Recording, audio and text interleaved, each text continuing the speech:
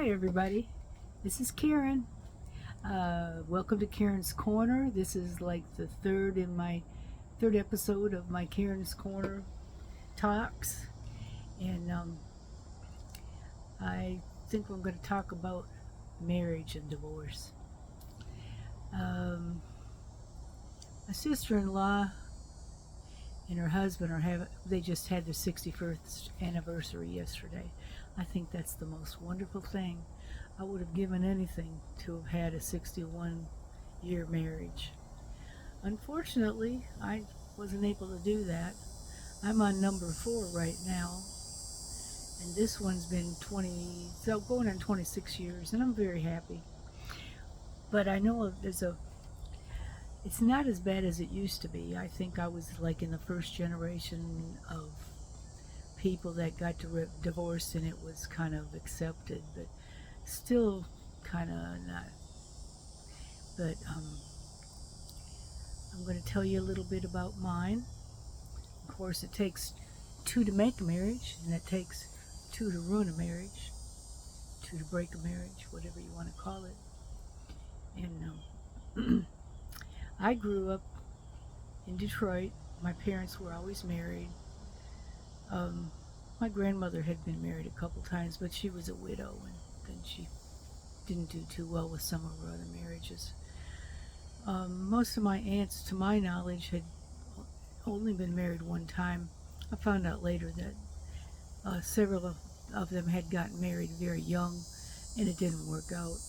And of course, that's real understandable, but nobody talked about it. And I'm on Ozempic, and my tummy's kind of hurting, so I do a lot of Ozempic things. I don't know if this dress is shining up in there. I don't want that to be in there. But anyway, so I was my parents moved around a lot. I went to 4 schools in 4 states in the 9th grade. It was hard to make close friends, although I was able to usually make one close friend, and I still have some of those friends, and I really just love to talk to them, and sometimes I see them.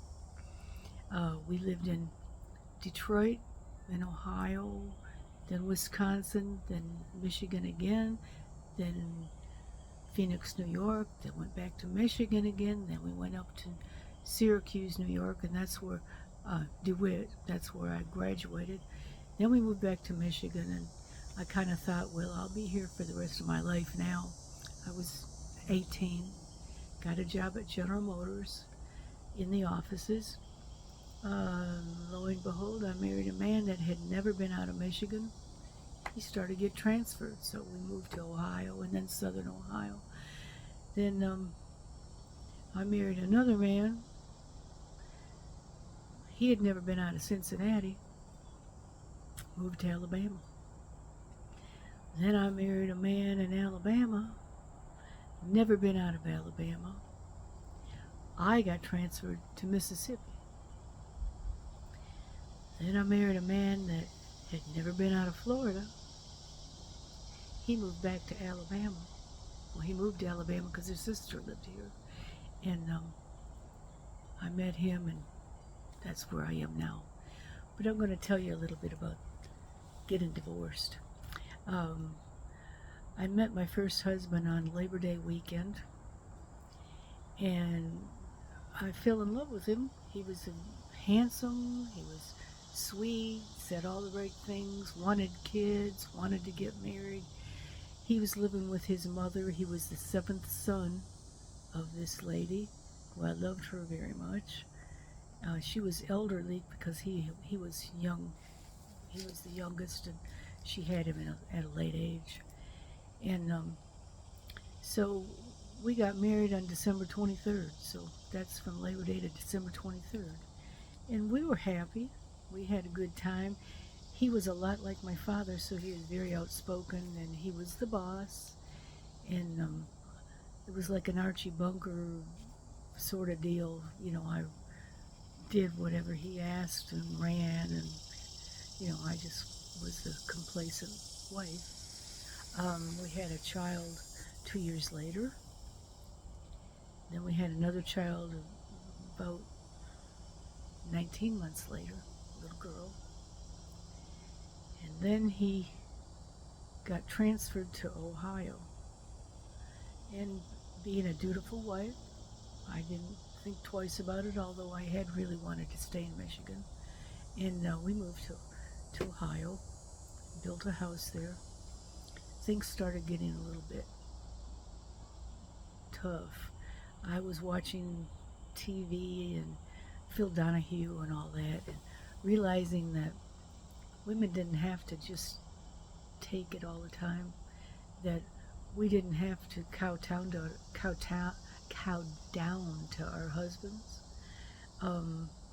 Not that he was abusive or anything, but he was definitely the boss. And he was kind of really tough on the kids.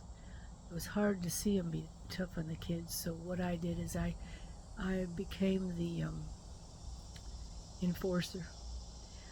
I doled out the punishment. I pretty much took full hand of the children. He played with them at times.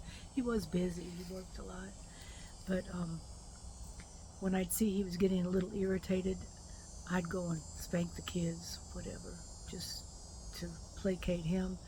And it made for a decent marriage. We got along. I thought we got along. Anyway, then I got pregnant again, and he got transferred to Cincinnati, which is a long way from Toledo area. One's at the very north of Ohio, and one's at the very south of Ohio. So he really wasn't living with me for the last 6 or 8 months of my pregnancy. And of course I'd get fat. I was eating, had 2 little kids and 1 inside. And he would travel home on the weekends and see us, but most of the time we didn't see him. We got to be close to my delivery, and the house finally sold. He came home that weekend, and we went into labor on Saturday. Well, it was a 25-hour labor, and he had to go back to work, and he was pushing me and trying to hurry me up with having a baby. Kept saying, I gotta get back to Cincinnati. Well, finally had the baby, 10 pounds, 1 ounce, and I thought everything was fine. He got on the road and left. And there were no cell phones in those days. Well, I started hemorrhaging, and there was nobody there. My parents had my older kids in Detroit. I'm in Toledo with this baby, and my husband's on the road to Cincinnati. I made it through it, but it was scary. I kind of thought I was going to die all by myself in Cincinnati, Ohio. It was actually not Cincinnati, Toledo Hospital. Well, when John was 6 weeks old, we moved to our new house in Cincinnati, well, in Mason, Ohio. Beautiful house. It was actually my favorite house of all the homes I lived in, and I've lived in a bunch. Things started to do well. My husband got a Cadillac, and he was moving up with his company, and I just guess I was living in my fairy tale. I thought everything was just perfect, and I had my 3 kids. You're supposed to have 2 2/3 children or something. I had 3, so I had my little bonus baby, had my daughter, had my oldest son. He was really the caretaker because Daddy wasn't there a lot. Daddy traveled. One night he didn't come home, and I got a little upset, but he'd always told me when a man doesn't get home after 2 o'clock, he's messing around. And I had no idea. I mean, I just didn't think he was the type. Never thought he would do that. And my parents had come into town, and he wasn't around. They were on their way back from Florida to Detroit, where they still lived. So if couldn't really explain where he was, I didn't know, and couldn't contact him because still no cell phones. A lot different nowadays. You can keep track of your husbands. But I loved him. He was my whole life. And he got home and the next morning, and he said he was at a baseball game. And I said, a baseball game till this time? He said, well, I was with my boss. And we got into an argument, and I accused him of being with a woman. And oh, he got really angry. He screamed at me. And he said, if you're going to accuse me of it, I'm going to do it. The next day he came home, and he said, I'm in love with someone and I want to get a divorce. And I laughed. I said, how could you be in love with somebody when you're always home? The night before last, the first time you haven't been home. And he said he met her at lunch. Well, I just kind of thought that was funny. I know it probably hurt his feelings that I laughed, but I mean, I had been with him for 10 years, and I just kind of thought, he's just making this stuff up. Well, he proceeded to hand me the telephone, and he dialed a number, and he said her name was what he told me her name was. I got on the phone, and she said, give him up, I love him. And I said, how long have you known him? And she said, 2 weeks. And I said, 2 weeks? He's been my husband for 10 years. I'll never give him up.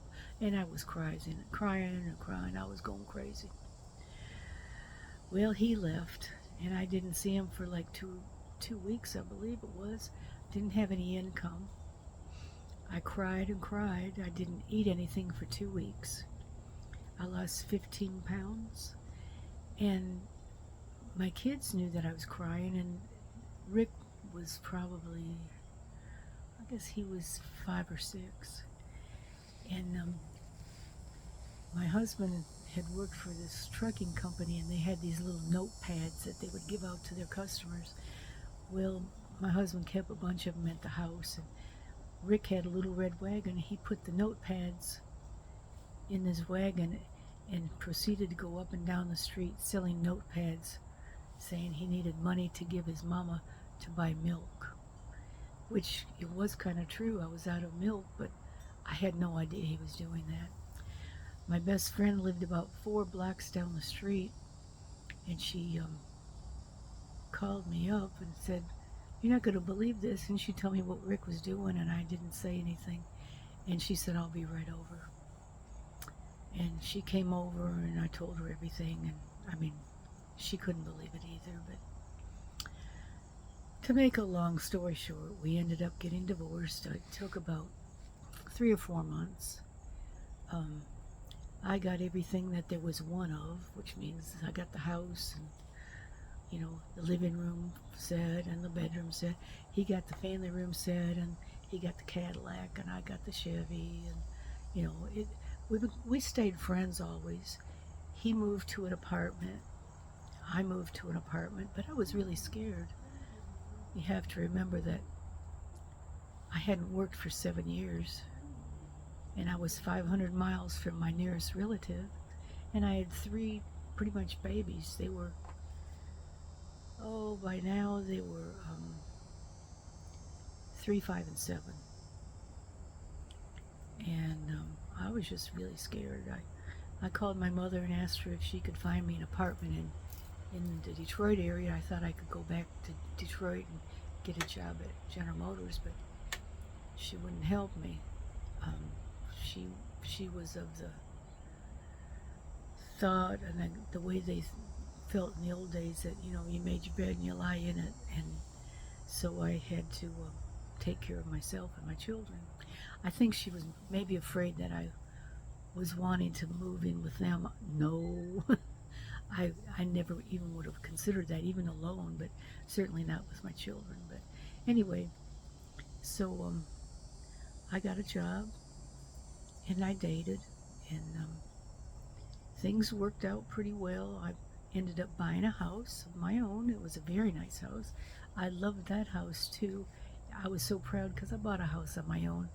You got to remember that this was like 1977, and not very many women could buy houses. But I had my money from my first house, and I had a job now, and I would think I was working at Reynolds Aluminum in the Cincinnati area. I met a nice man. I went to a Parents Without Partners party, and I met this man. Seemed very nice. He had custody of his 3 children. I had custody of my 3 children. Duh. And guess what was the popular show on TV back then? The Brady Bunch. I thought this was maybe a Brady Bunch deal. He was so nice, and he wanted to get married right away. I met him Labor Day weekend, and I loved his children. They they didn't see their mother much. The oldest one didn't see her at all. The other two, well, the baby didn't even know her. She had taken off when he was 6 months old. So when she came back, I, maybe he might have been a little older than that. But when she came back, he hadn't seen her for 6 months. He didn't even know who she was. The middle one barely knew her. She was about 5. I think the youngest one was 3, but he hadn't seen her for a long time. Anyway, to make that story short, we decided to get married. We had a cute little wedding at a church, and the children walked us down the aisle. And I loved him. I loved the children more. And my life had just come to where I wanted it to be. I always wanted 6 children. Now I had 6 children. They all got along. They were 5, 7, 8, 9, and 13. I could have done them all. The 13 would have been tough because my husband was like 4 years older than me. I think I would have been like 18 or 19 when I had her, but I couldn't have done the 2 5s. They were 3 weeks apart in age. One was his, one was mine. But it was fun. We had a good time. We bought a great big house. It was a beautiful house, and we had a swim team. We had a pool up the street. The kids were on swim team. The kids were tri-county champions in swimming. They were in diving team. I was a diving coach. I was a line coach for the swimming. My husband was involved a lot. We had some problems. He was actually an alcoholic. I knew that he was drinking a lot when I met him, but he was such a nice person, and I thought, well, maybe he's just upset. And we were at a party when I first met him, so I made allowances for him, and he was very careful for a while, but I caught him quite drunk one night, and things got out of hand. He promised me he would never do that again, and then we started to have problems with his ex-wife, who didn't want the children, but she didn't like that the children was close to me. I think he made a mistake. He had his children call me Mama. My children called him by his first name. And I really think that since there was a mother and a father in the same town, I didn't think that we should do that. I felt that we should let them keep their real parents and then just be the best step parents we could be. But he wanted to cut her out and have me be Mama. And I think it was a problem because his children called me Mama and my children called him by his first name. So that was a problem, but other than that, we did nice vacations. We had a camper. We went camping. We just had we had a fun time. He was the fun daddy. He was my friend. I loved him at first, but I think because of his weakness, and I'm a non-drinker, I wasn't very compassionate about it. I tried to put it in the back of my mind, but it scared me. I come from people, whether are alcoholics, And some of them are real nice alcoholics, and some of them get a little testy when they drink. And I just never drank. I was afraid of it. My parents drank socially, but I didn't have a problem with that. Um, I had a brother that still does use drugs, but my family was close, and I just saw a lot of it, and I was scared of it. I watched a lot of movies where there were drugs and alcohol, so I wasn't a good wife to be married to somebody that had this weakness. I'm a food weak person. I tend to get fat eating. That's my Achilles heel. Anyway, um, we had problems with his wife, and she started taking us to court a lot for just minor things, but it was just irritating. And we had a lawyer that told us that she was going to probably do this forever just to mess up our marriage, and advised that we move out of town. My husband was offered different jobs in different places, and he finally got a job offer in Alabama. I had never been to Alabama, and I wasn't sure where it was. I knew it was in the South. I had been down to Gatlinburg, in Tennessee, and um, North Carolina, but I hadn't ever been below that. So um, I went along with him. I was not going to move to Alabama. I think this might be a little bit dark. I wasn't going to move to Alabama. That was some kind of crazy place. So he got a flight. He was just going to check out the job, and I said, well, I'll fly with you because I like to fly. And our oldest daughter was old enough to babysit for a weekend. So we flew down to Alabama. Well, we left snow. It was February. Snow and cold in Cincinnati. We got to Alabama. The trees were blooming. It was warm. We went looking at houses. Housing was cheaper. Everybody was so sweet. Welcome to Alabama. And we just fell in love with Alabama. It was just such a different place. And so we decided then and there that yes, we were going to make the change. So, and I thought this would be a good thing. This might save our marriage, get away from his problem, and maybe he wouldn't have his other problem, get away from my problems. I still was in love with my first husband, and it was hard on me. I think I always had some love for him. I don't know how you couldn't when you have children with a man that you love. I think you always carry some kind of a spark for him. But it was good to get out of Cincinnati. We moved to Alabama. The only thing is, he moved down here first, and he lived on a houseboat. I had to stay in Cincinnati with 6 kids and sell the house. It took 1 year. Things were different back then. So I had 6 kids for a year. I didn't work anymore. Just, full-time taking care of the kids and swim team. And, I stayed busy, and I was relatively happy. I wasn't having any problems, and it was okay. He came home probably every other week because it was 500 miles.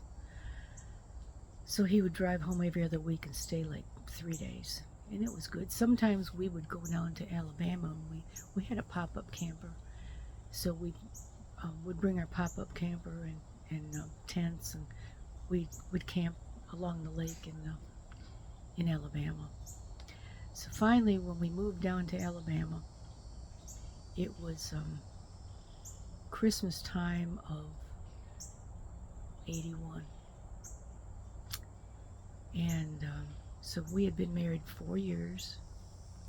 I'd been divorced for 6 years from number 1. And we bought a beautiful home on the lake. It was beautiful lake frontage property. We had a pool. Things couldn't have been better. They couldn't have. Loved the kids so much. The kids were in no swim team anymore, but they were in baseball and basketball, and band and pee-wee football, and I was involved in the schools and in the band, band boosters and all. Um, my husband traveled a lot, but during the year that he was down here on the boat, he'd made a lot of friends and kind of rekindled his problem. And he still was a really good person. He tried to keep from upsetting me, but he was more of a party man. I've never been a party person. I like a couple couples coming over, maybe one or two couples, but I've never really liked parties, and he did like parties. I had friends, but my friends were not quite the same as his, so we didn't have that.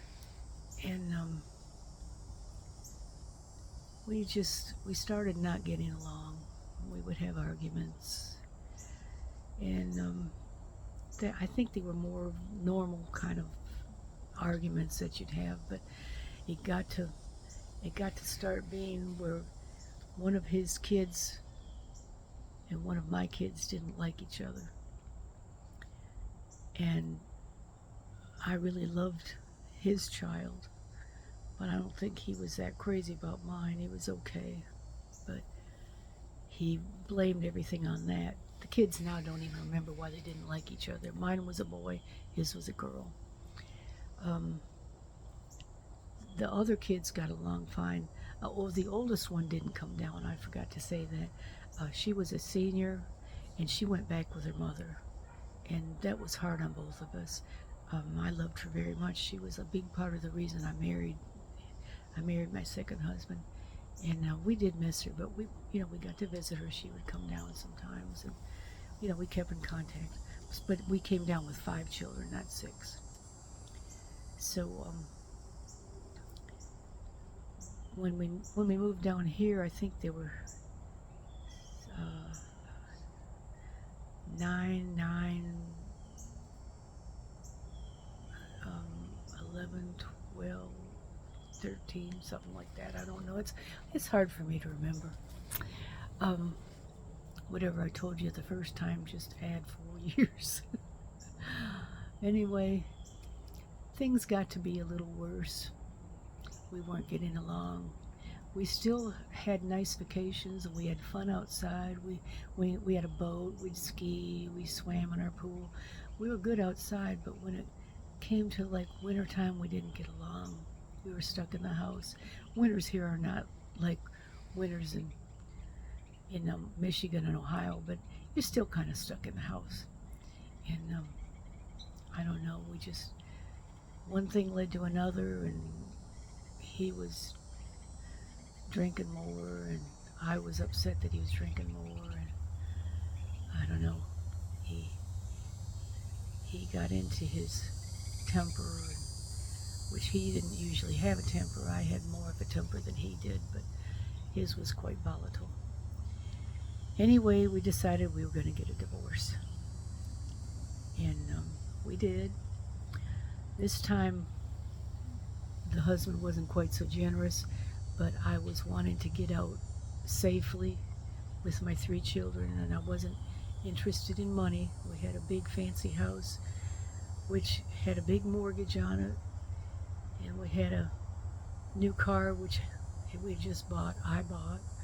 Had a boat that had a big mortgage on it, and I had just gone back to work. I didn't have enough money to pay for an apartment or pay for mortgages or things like that. So I still had my child support from my first husband, but it was going to be tough. The incomes were not down here like they were up north, and I didn't want 6 kids to lose their home, so he wanted the home, and it was fine with me. I got back my initial money that I came into the marriage with 8 years previous. He got all the profit from the house, and I really didn't care because I loved the kids, and I just wanted to get out and be happy. We had fought more than I'd ever fought with anybody that last year or so, and it was just miserable. And I'm sure a lot of people know that it was both our faults. I'm not putting it all on him. I have a temper, and I kind of like things to be my way, and I kind of like a schedule. And he was no schedule, more party, and just do things at the time, which the kids like that. The kids probably enjoyed his way of living more than mine, but I think mine might have been more conducive with raising children. Um, but again, I was a disciplinarian. I've always been the disciplinarian. So he just kind of was Mr. Nice Guy, and when the kids were bad, with his kids, he might yell at him. He might have spanked him or something. I don't think he did really spank much, but he kind of left the, the discipline up to me, the higher discipline, and he kind of laughed off what they did, even what my kids did. He just he got a kick out of the kids, and he didn't really care what they did as long as it didn't bother him. So and I'm not trying to pin him as a bad person. He was a good person, just not the same as me. And I don't think I was a bad person, just not the same as him. I'm more of a strict person, and he was more of a fun person. Although I did play with the kids all the time, and we had that. Anyway, we ended up getting a divorce, and I rented a house, and he lived on the lake, and I still saw my stepkids, and just loved them. I've always loved them. I love them as my own kids. They're all grown now. This was 1985, so it's been a long time. Anyway, so, this is long. I'm going to try to shorten this one. So I dated off and on, just short dates. I didn't really get involved with anybody. And my kids were in the band, and there was a policeman in town that just loved kids. He had never been married, had no kids, and he was sort of like the kids' mascot when all the bands went on travel. He would lead the bands, he would lead the buses, and he was a really great guy. And we kind of met, and through my daughter helping him with I guess some kids had stolen some radios out of cars, and my daughter had a tip, and she helped him, and she kind of fixed me up with him, since I had fixed her up with her husband that she ended up with. So we met, and he took us to the police firing range. That was our first date. It was on a Valentine's Day.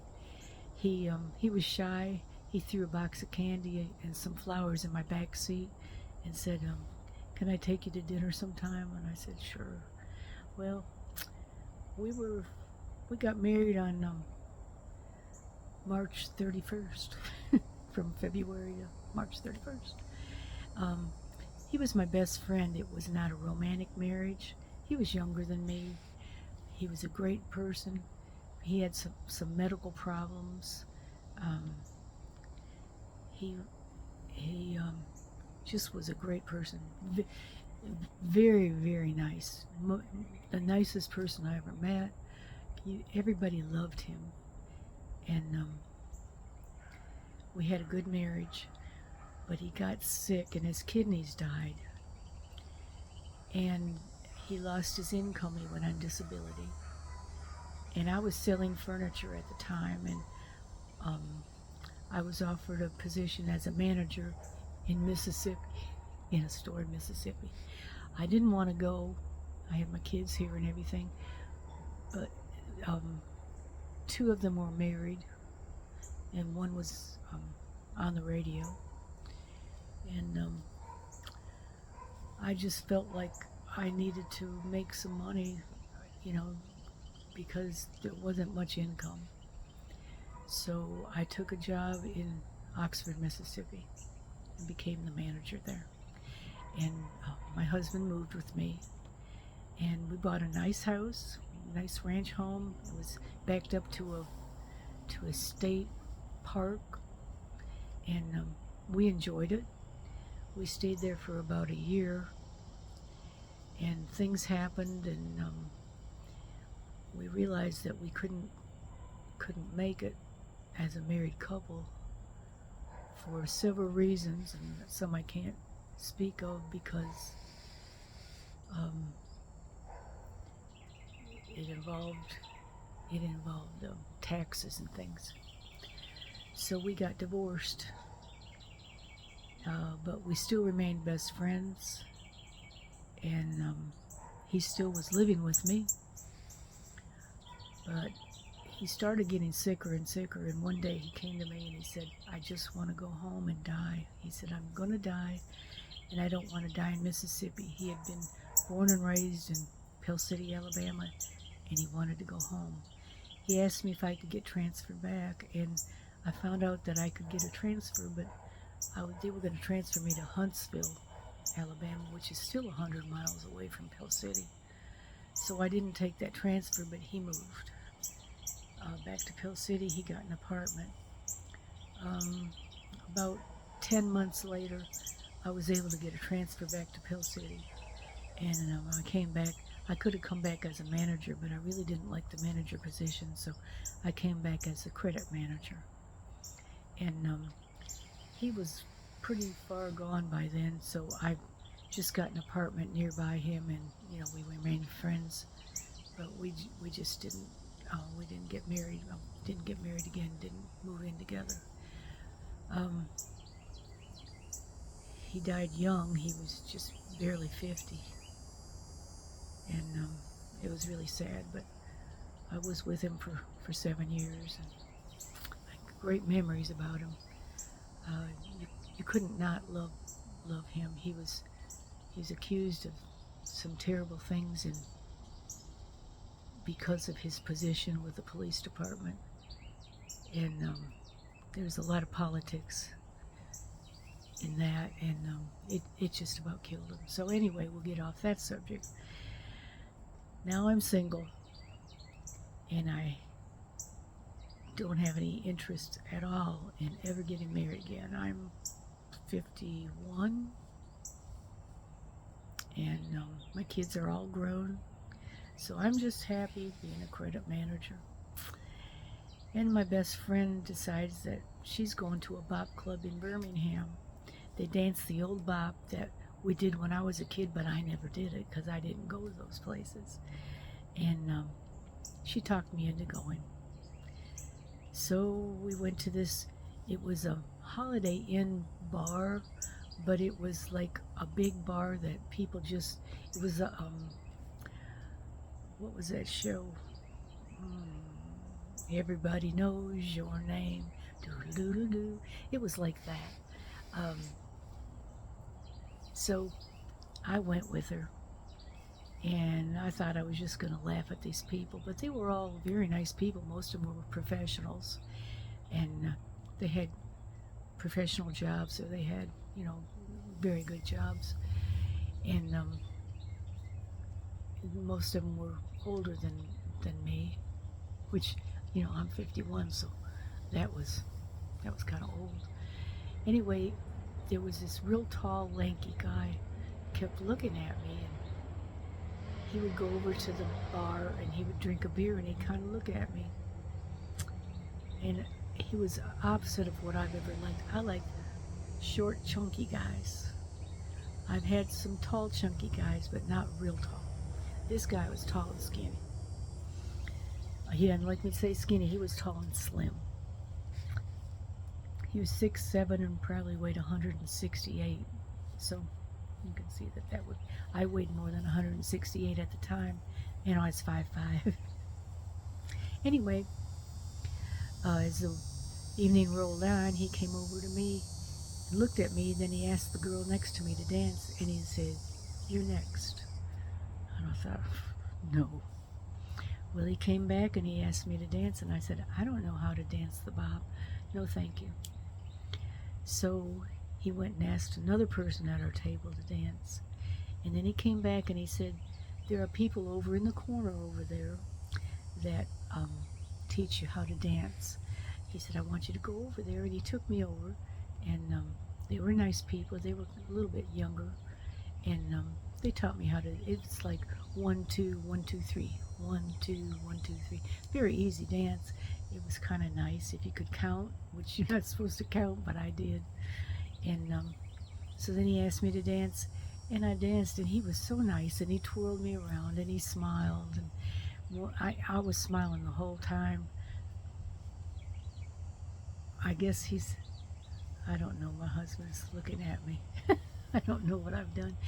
Anyway, he, he, I forgot where I was now. Oh, twirling me around. He was a good dancer. Yeah, we went over and met his sister. Her husband was a doctor, and she was a nurse, I guess, and they were kind of like the head of this dance club. It originated um, in North Carolina, but then they had a big group of it down in Florida, and I think that's where she got in on when she was a kid. And they went to Florida pretty often. So she just was real nice, and it was nice to meet somebody that was his family, so I knew he wasn't some kind of crazy person. Anyway, I went home with my friend and her boyfriend, and we talked about it, and we had a good time. Well, I asked her, some things about him, and she said, well, I think that there's some girls that like him, but I think he liked you. And I said, oh, no, he's not my type. She said, I know he's not your type, but she said, you know. Well, the next week she asked me to go to the Bop Club, and I said, okay. So I went, and there he was, and we danced the whole night. And it got to be maybe about 11:30, and he was a bread man. He had to get up at 2 in the morning to, load his truck to deliver bread, which was a good job, really. And it was getting kind of late, and he said, how are you going to get home? And I said, well, I'm going with my friend. He said, but your friend left. And I said, what? He said, yes, your friend left, and she said that I needed to take you home. I said, but you live in Birmingham, and I live way, 40 miles away. He said, well, there's no other way you can get home. Well, I was kind of scared. He put me in his truck, and he had to stop and get gas. And while he was getting gas, he was leaning against the truck, and I was looking in the side view mirror, and there was so much of him. I mean, so much. And he was a stranger to me, and taking me 40 miles in a car at night, in a truck, and I just started getting scared. And when he got into the truck, I looked at him and I said, I hope you don't think you're getting anything for this. And he said, I don't think I asked. So I was embarrassed. He drove me home. He took me to the door, and he said, I'd like to take you out this week. I know where you live. Would you go out Thursday? And I said, yes. And he started to walk away, and I thought, this is the nicest man. He drove all this way, he doesn't even know me, and he knew he wasn't getting anything for it. So I leaned up, and I had to lean real far, and I gave him a little kiss on the lips. Anyway, that was around Easter time in 1997.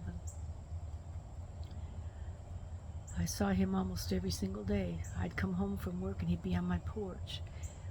I had a porch on the porch of my apartment, and I was so scared because then he'd drive home at 1:30 in the morning so he could get in his truck, and I guess he slept when he got home from work before he came to my place, because I worked till usually 8 or 9 o'clock at night. And I was so afraid he was going to crash or something. I ended up asking him to move in. Oh, my dad blew up. He lived in Florida, and he called me every name in the book. My mother had died in 91, and this was 97, so he was having a fit. I had never lived with anybody, but I was so scared that he was going to get hurt. So I did what I knew I shouldn't do. And, anyway, we lived together for a while, and got to be around December when we got married. That was December of 97. We bought this home, which is a double wide, because we just got married so quick, and we didn't have anything prepared to buy a house. And this has been the best thing in the world. We ended up paying it off in 4 years. Didn't have any house payments. We've been here for 26 years. I'm very, very happy. I'm almost 78. He's almost 73. And it's the best marriage I've ever had. I can't imagine having a better marriage. He has no children.